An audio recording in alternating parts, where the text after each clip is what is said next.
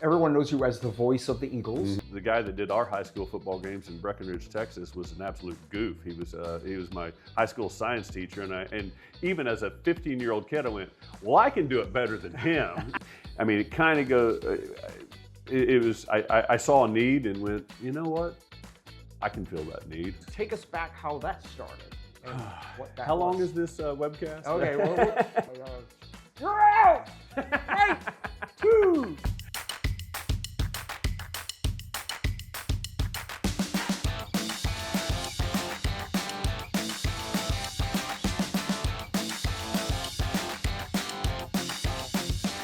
Well, today I have Patrick Griffin. Pretty much everybody in Hennessey knows who Patrick is, the partaker of all things sports.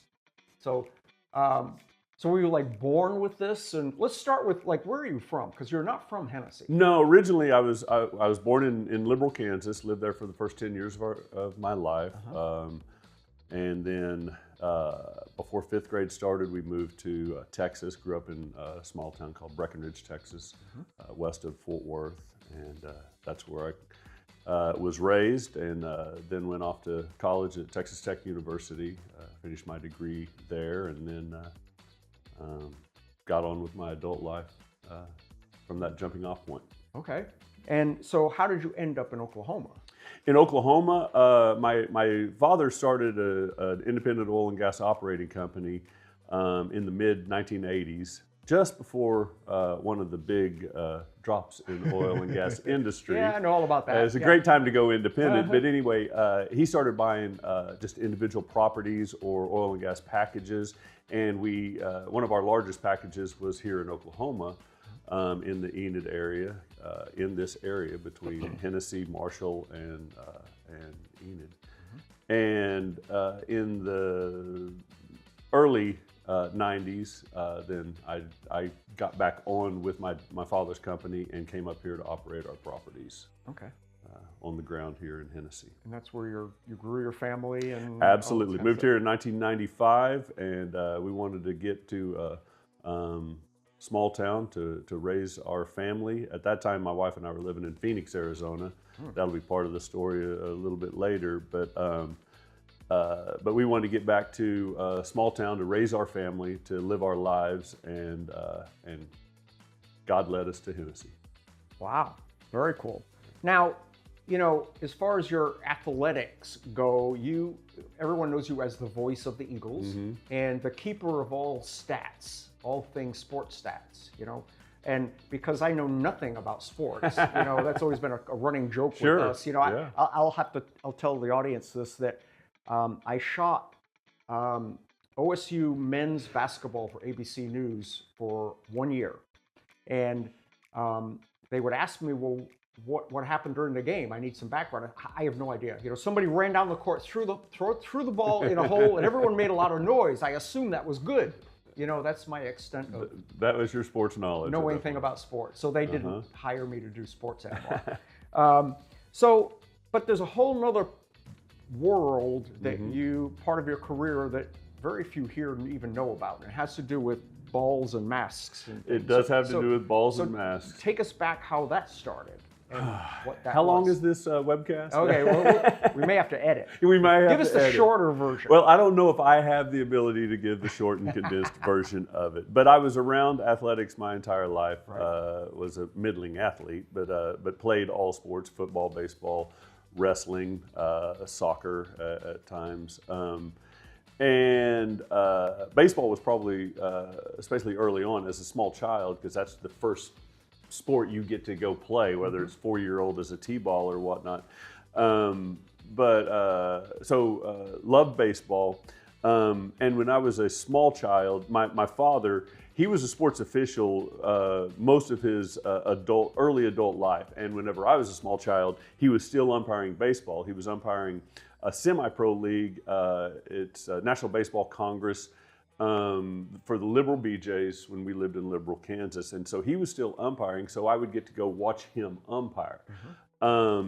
But still being a sports fan, there was one player that was my sports hero at that time. I mean, there was George Brett on the major league level, but a guy by the name of Rocky Rowe that nobody's ever heard of. But as a 4-year-old, 5-year-old, 6-year-old, he was a power hitting catcher for the Liberal BJs. And for all I knew, that was the Kansas City Royals or the Texas Rangers. The Liberal BJs, they were as big as the St. Louis Cardinals were to me. And he was the power hitting catcher.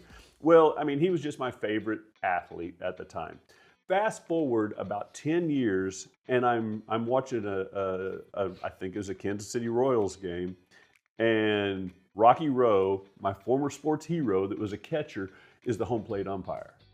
And at that time, then I'm about 11, 12, 13, and seeing this guy that, he was an athlete that became an umpire. And from that point on, whenever I'd go to a game, whether it's a high school football game or a college basketball game or a Major League Baseball game, I watched the officials. And especially in baseball, and fast forwarding a little bit further, when I realized my warning track power and middling arm was not very good to go play college or professional baseball, but I wanted to be a part of it. And I looked down at these, or looked up at these umpires and went, I think I can do that. And I can still be a part of the game. So using that first person as Rocky Rowe, and then we'd make contact with them. We'd go to a Texas Rangers game, and my dad still knew Rocky from when he umpired him. Phil Garner was another one that came through the Liberal BJ's area, and at that time he was, I believe, the Houston Astros manager. And when they would come through Arlington, he would call up Phil Garner and say, hey, and he would go talk to the players or the coaches or the managers, and I'd go talk to the umpires. and so that just led me to that love of officiating and still being able to be a part of the game of baseball well onto my adult years, when my ability to play the game had long since ceased. Yeah. So, but did this turn into a career? I would never call what I did as a career. What I did was an avocation. Now, it did start out as career because my dad was a former sports official, and anybody who they always saw what was the level that they never did umpire. So after I'd gotten out of college, worked in the industry for a little while, my degree field, and then went back to work for my father in the oil and gas business. I was still young enough, and I was single, and I had this desire, you know what does it take to be a minor league baseball umpire? And so that would be the track of career. To be a minor league baseball umpire, to work your way up the ranks, to then become a major league baseball umpire. As a 22, 23-year-old young man, that was the path. And at that time, there were 3 different Major League Baseball, professional baseball umpiring academies. And I went to the Jim Evans Academy of Professional Umpiring in Phoenix, Arizona. And then from there, the top graduates of those individual umpiring academies, they're 5.5 weeks long, 5 weeks long in January of every year. And then they go to the next level, which would down in Florida for another month of intense umpiring training, for the opportunity for some of them to then become minor league baseball umpires. So that was the track that I was on. And after the very first year of doing that, I didn't get selected for minor league baseball initially. I got to go to an independent league and do that for that first summer after I'd gone to a professional academy to learn how to be a professional umpire, not just a little league umpire, but to do it on the minor league or major league level eventually. I ended up getting married right at the end of the first season that I umpired. I married Jen, who I'm still married to happily. We met the second week that I was at umpiring school in Arizona. Okay. So I thought I was going to Phoenix, Arizona to learn how to become a Major League Baseball umpire. God knew I was going to Arizona to become her husband and the father of our children and grandfather. God had plans that I did not know at that Weren't time. on your radar yet. And so between the end of the regular season and the beginning of the postseason, my very first year as a professional umpire, I got married. Before the next season started, we had a child. And what started off on this avenue of being a professional baseball umpire as a single guy, which is great because you're traveling all the time, you're in hotels, and you know, one of the drawbacks we'll get into in a little bit of umpiring is you don't have home games as an umpire. Teams, they have their home games and their away games, but the officiating crew is always on the road, and especially in minor league baseball, you start off when spring training starts in March, and you get to go home there in September or October. You know, the length of the season, you're on the road the entire time. Well, as a single guy, that's awesome. Yeah. As a married man with a child, not so much fun. You know, saying bye the first week of March and hello the first week of October was not, you know, so things started to change there as far as priorities. Well, I was in the right place at the right time living in Phoenix, Arizona, because that's where all the spring training facilities were that I was working with. And, but I started to meet people that were involved in college baseball. At that time, the Pac-10, it wasn't even the Pac-12 or whatever it's become now, but I got involved with the Pac-10, the Western Athletic Conference, as well as Arizona Intercollegiate Athletic Association, which at that time was the junior college. And so I realized college baseball is really better for me. It pays better than minor league baseball. And I got to go home every weekend or every night. You know, you go work a Monday night game, you're back home in your own bed. You're not finding a hotel at the cheapest place at the edge of town to sleep and then get in the car and drive to the next series. So college baseball, especially with the family, it appealed to me. And then that was the avenue that took me from that point for those 3 years that we were in Arizona. Moved to Oklahoma to work for my father's oil and gas company up here, and immediately got involved with the right people.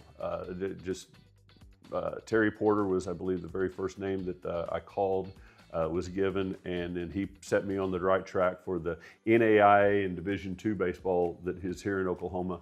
And then the next step was the Division I baseball, your Oklahoma State, University of Oklahoma, Oral Roberts University, just here locally, and then the leagues that were involved there. And right place, right time again. I got to be on the staff the very last year of the Big Eight before it merged with the Southwest Conference. And then that first year, I got to be on the Big 12 staff as well.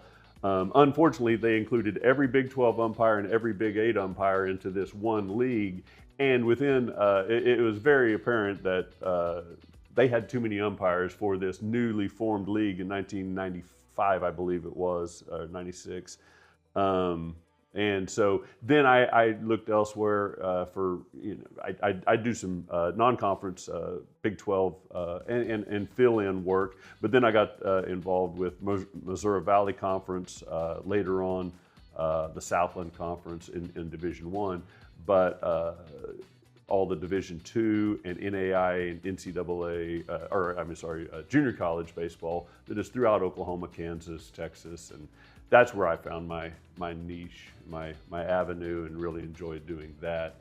The smaller college, and then that's what led me to the other successes that I had, regional, super regionals, as well as 5 national championships that I was able to umpire as my plus or minus 25-year baseball umpiring career transpired. But I was very fortunate, right place, right time, many times, and I apparently was good enough to keep getting the call to continue to officiate. So that was how that went. So how much of this was like a full-time job, or were you still having to have another? Once you're in college baseball, it's an avocation. You do that on top of whatever your full-time job is. I've been in the oil and gas industry for 30 years, ranching industry for another 20.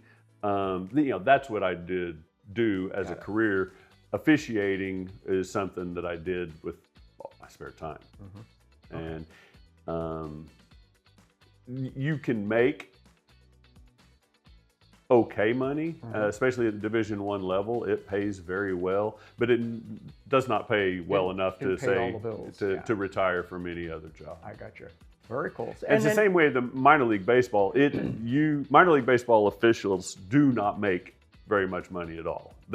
Once the season's gone over for minor league umpires, they're typically going back home and working at Home Depot, working at UPS, and selling insurance until the season starts again. Because to sustain a family for a minor league umpire, it's a full-time job for them, but it is only seasonal. From February to October typically. So, what part of all of this was like?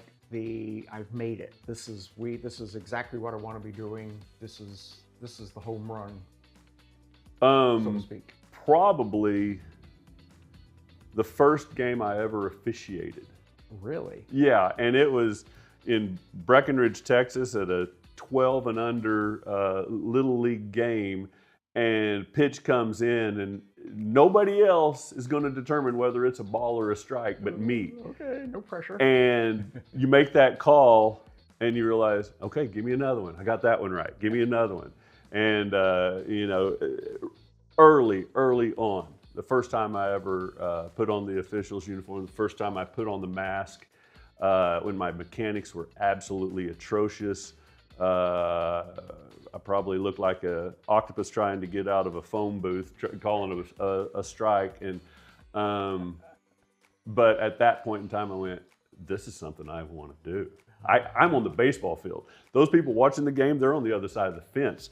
I'm standing in the dirt circle right here, about to call this pitch. And then every level of baseball I got to work from that point on, it was like, this is great, and I want to do it more. Okay, so that's the good side of it. So fortunately, there's a fence between you and the audience. Yes. So how many times have you had like people trying to claw through the fence because they didn't like what you said?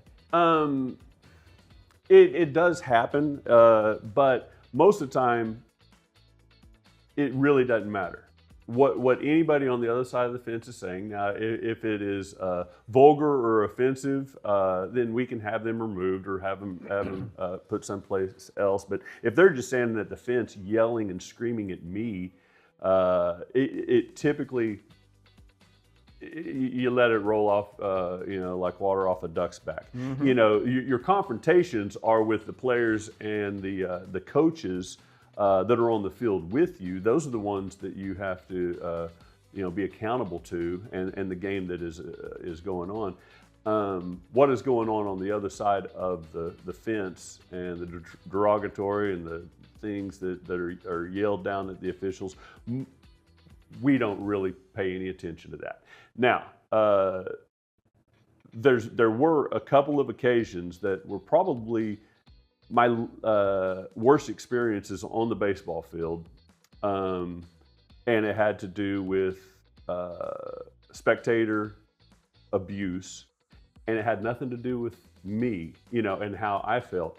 But one time was whenever I was working, as a matter of fact, the Junior College Division II World Series or National Championship in Enid. I was fortunate enough to work 2 national championships, junior college national championships. And one of those, there's this university out of Louisiana called LSU Eunice. And they have a very big following that follows, they're a very good junior college baseball team. And their fans are very boisterous and very abusive. And like I said, if I'm on the field, it really doesn't matter. But when it got to me was at that game, I'm working the national championship game, I'm on first base and, making my calls as they come to me. But the verbal abuse that I was receiving from this Louisiana fan base, nothing from the dugout, not a word from the dugout, but from their fan base that right there behind the first base dugout at David Allen Memorial Ballpark in Enid. The abuse that was being hurled at me when my wife and my then 7-year-old son was in the stands, and and my 7-year-old son not understanding, why are these people talking to my dad that way? And that was one of the first, I don't care what you say to me, but, you're saying this in front of, you are verbally abusing me in front of my son. And then fast forward a few years later, I'm working a NCAA Division II regional, and a young umpire working his very first regional, a great opportunity, and he is a fantastic umpire. Well, his grandparents came in from Michigan to watch their grandson in his first postseason game, and the spectators are just abusing him and abusing him.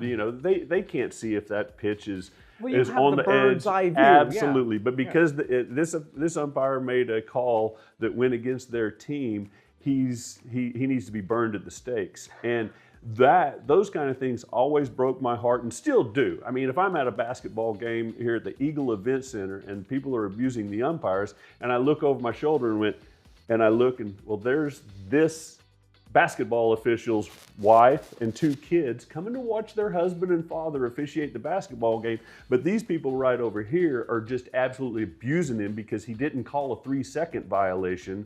And so he needs to have his house burned down because he called traveling against my daughter. Those are the times when being a sports official, the spectators just don't get it. That these are men and women, husbands and wives, fathers and mothers out there because they love officiating sports, but you called my daughter for traveling, so I now, and because I paid $5 to get in here, now I get to verbally abuse you. So that was the negative part of officiating. Never really when it was directed at me, but when it was, family, it hit differently. So did you, I know so little about this, but Okay. So did you work the home plate and first base, or was Absolutely. is it a rotation? Yeah. When you're on a crew, whether it's a weekend crew at working an OSU series, a 3-game series, conference games are 3 games, college conference games are 3 games, Friday, Saturday, and Sunday. Division II might do a single and a doubleheader on Saturday, but anyway, and you have a 3 or 4 man rotation in your umpiring crew. So if you're the plate umpire on Friday night, typically you're then the third base umpire on Saturday, and then if it's 3-man crew, you're at first base on Sunday. So okay. Your crews are always rotating. Same thing with postseason. You rotate. Most of the time, it's in a clockwise motion. Like I said, if you're a first base umpire this game, you're going to be the plate umpire the next game. So yeah. Many times people have come to me after, oh, you've been umpiring for 20 years? Did you ever work the plate? Well, yeah, every third game or every other game, or after a while it was like, yeah, every game I'm going to work the plate, because there are crew members that you have that if they get their choice, they may not work the plate or whatever. Yeah. But no, it's always on rotation. And so, and you have just retired, or I guess last year. It seems like it was but it was 7 years ago. Oh, I had no idea. Yeah. Oh, I thought this was just like last year. It almost feels like that, but no. 2018, I got to work my second NCAA Division II national championship in Cary, North Carolina, and that was when I retired. I didn't know that. Yeah. Okay. Yeah. Learning things here. Oh, I know. So, but what do you miss about this? What's the locker room is probably one of the things that I miss most. The camaraderie, the lifelong friendships that are made over the years with the people that that are on your team.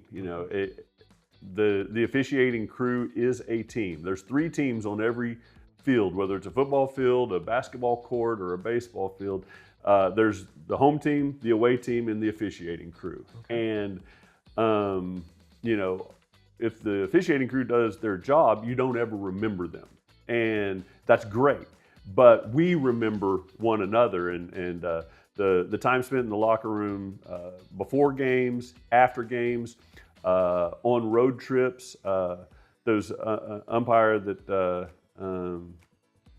out of Amarillo named Brooks Barfield, he was the one that introduced the term to me several years ago, and it's bars and cars. He said that's how he learned how to umpire, was in bars and cars. Sitting across, with other umpires, on 300-mile road trips, learning how to officiate in the automobile, in the locker rooms, at the bar, at the steakhouse after the games, those kind of things. And those are, if you ask any athlete what he misses, he's never going to say, I really miss practice. Or, and most of the time, they're not going to say, I really miss the games. They're going to say, I remember I remember the locker rooms, and I miss that more than anything, the brotherhood that is created there. So, any advice to someone that wants to go down this path, a young individual? Absolutely. Work every game that you possibly can from the lowest level. I said, beginning of this, when did you say, when do you think you made it? And I realized I love doing this, and it was 10-year-old baseball. But I really enjoyed doing the larger college and whatnot. But for someone just getting started, don't ask where, don't ask who's playing. If there's a game opportunity, go work it. Don't ask for how much it is. But to be able to do it, the best advice that I could hope upon somebody, or if that's the right term, is if you're married or you have a girlfriend or a spouse, they've got to be 100% supportive of what you're doing.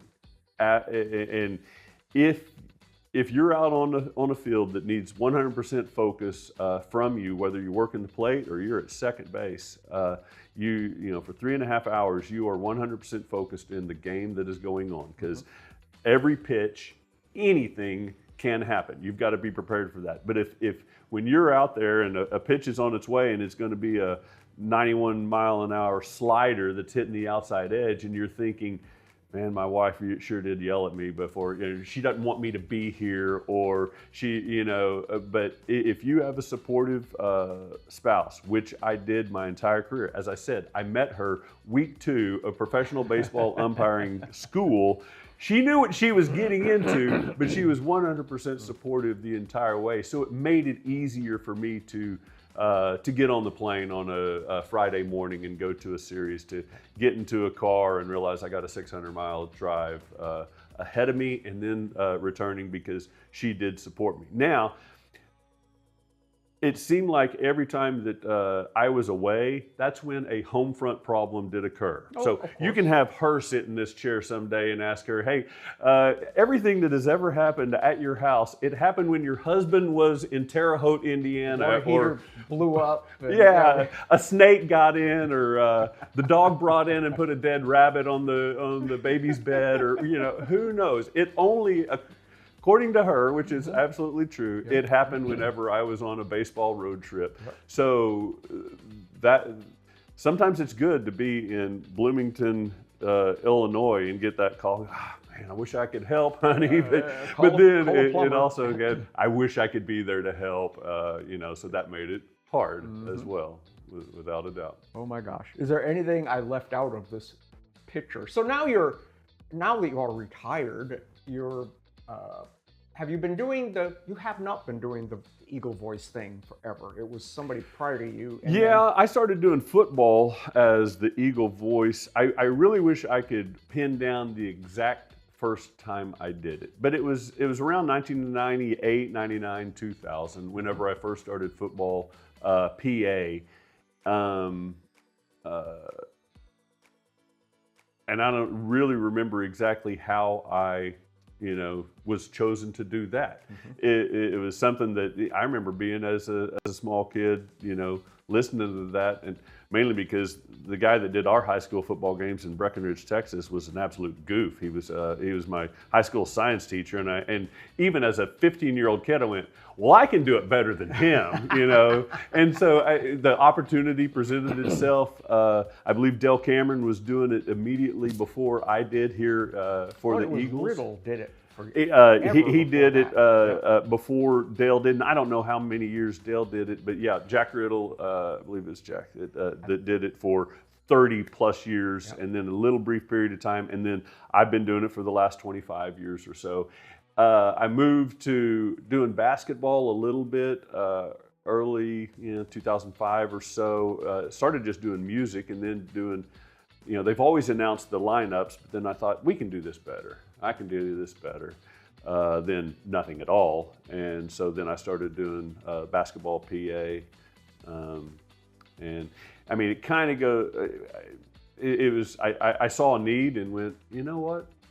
I can fill that need. I'm going to the basketball games anyway, and I'm not afraid to talk in front of into a microphone. And, But wait, there's more. Okay. So you're the statistician connoisseur of this. Of football for Hennessey, and that was another thing. It was something that wasn't being done, and that disappointed me because the school I grew up in, all of their sports, all of their stats were readily available. There's actually a big board in the high school where I grew up that has all the track statistics. All the record holders. 1977, Ricky Williams has the long jump record, or whatever. You could see that right there. And then whenever I started doing PA for football, and then, hey, what is our rushing record? We don't have, there was nothing, there was never any records kept. And that, unfortunately, is what's happened for, many of the sports is once a coach left Hennessey schools, he took those scorebooks and threw them in the trash and went on to his next job. And there was no record. Basketball, we've tried and tried and tried to accumulate the statistics, but a lot of them didn't get published in the paper. So what I started doing years ago was combing through the microfiche or the microfilm at Hennessey Library of Hennessey Clippers, and doing it the old-fashioned way. Now, it is wonderful. It's all available online through the town's library site, but every Clipper that has ever been printed is available to my knowledge. Now, there's not a database that you just plug in, give me football statistics. I actually had to go through and, okay, if this game was played on Friday night, the Clipper came out on the next Thursday, I would read through the sports section of the Hennessey Clipper, to find out what did Hennessey do against Piedmont, in the second week of September in 1982. And so then if Bruce Campbell for a period of time, or Bill Walter, or I'm trying to think who else I've seen that had written, if they recorded the statistics, that Jason Zelny had 120 yards rushing and 4 touchdowns. Okay, I could do that. But unfortunately, many years, most years of Hennessey football statistics weren't even kept on the Clipper. It would say such and such, we won the game, we lost the game, or whatever, just basic information. So there's been some wonderful teams, some great teams, some probably individual statistics that far outweigh the records that I say that I've been able to record, but they're not recorded. So the fact that the 1929 Hennessey Eagles did not allow a point to be scored all season long, and won several games 47-0, 38-0, all these. I have no idea to be able to say, well, it's because this quarterback had this many yards passing and this many yards rushing. It just said, they won the game by this amount and so all of those are lost to history. But I'm still researching, and that's just a numbers thing. I saw something that a need was there because I was interested in it. I wanted to know who holds the passing record, who has the rushing record. And since I've been doing it since really compiling the statistics, I've seen and done every game from the early 2000s on, so those are secure. I've gone back to Clippers, Hennessey Clippers, just going through and in fact, just this last fall, as we were compiling the top 10s, I was able actually, with a little deeper research, to go, oh, wait a minute. Shea Settle had this amount of yardage that we did not record from his freshman or sophomore year. That moves him into whatever it might be, 8th place all-time receiving when he was off the list before. So it's been really interesting. And I didn't grow up in Hennessey. I was never a Hennessey Eagle, but I am fervent about the traditions that have been here and going forward, just compiling this. Well, unfortunately, you are doing that because I'm not, and I'm not because I don't understand it. And until your son Cam's actually recording this right now, joined the team, we really had no sports. We took pictures, but we really had no background on what actually happened. And then you helped, I guess, last year or for a couple of years writing what happened, which the fans just absolutely loved. Yeah, and I enjoyed doing that. Now, I didn't do it Cam's senior year because I realized it became really hard for me to write his senior year, knowing that it was his senior year. It was my baby's last year. And we, as is doing the PA, but writing an article on a team that goes 1-9 is a lot more difficult than writing articles, on teams that are winning their games 50-0. It's the same way, I enjoy sports, but it's a whole lot easier to do the jobs that I do doing the PA when we're beating a team as opposed to getting Well, it's problems. just like, we spend the same amount of time whether they won or lost, and when we have a win, our numbers go crazy, and great comments, and when we lose, we get crickets. It's like, the game still happened. It did. It's, give these guys some. And that's why it's great. Statistics is just one lens to be able to celebrate what these student athletes do. Unfortunately, there's not really statistics for a center. Tryson Sturgill this last year, I don't know if he had a bad snap as the starting center. He played every single game this year, but there's not a statistic that goes he was perfect on his snaps. Our offensive line this year was tremendous. I believe all 5 starters on the offensive line for the Hennessey Eagles played every single game this season. Well, there's a statistic, I guess, for pancake block, but that's about it. Their statistics come from, did our quarterback throw for 200 yards and run for 100? They should get their a sticker on their helmet because this guy did his job, but this guy did his job only because the offensive line did their job. But the others, to identify, and I love when a record is set or approached. In the last game of this last football season that ended this last week, Bo Vinson, the sophomore wide receiver, in that one game, he became. It was the second most receiving yards ever at Hennessey High School for a single game. You never know when the coin gets tossed and the opening kickoff happens, what is going to happen. But now we have that down, that his 222 yards receiving in that game, and me compiling the statistics, I can go back and go, yep, that's the second all-time in recorded history. Yes. So is Cam, your son, recording the stats? We use a computerized stats program, and it's just, you're basically doing a play-by-play. The computer compiles how much the total yardage is. So at the end of the game, we pretty much just have to hit send, and we have it all done. So there's when I first started doing it, I had a statistician with a pencil and a paper going, number 2 ran for 18 yards, and it was all by pencil and paper, and then putting it into the computer. Now, we're on our second stats program that we use for football, and so as the game's going on, it's being inputted, and it compiles them all. Now there are the occasions when I have to go back and correct some things. We gave the wrong person the run, or the reception, or we marked him down the 40, this 45, and it's supposed to be that 45. So sometimes there's editing that has to go on, but it's pretty easy to do. See, Cam, you've got a tough legacy to follow here. See, you're going to be the lifelong statistician for Hennessey. Yeah, very cool. Well, it's so neat to learn the backstory, because I know that we've been wanting to do your story, but you've been a little reluctant to actually.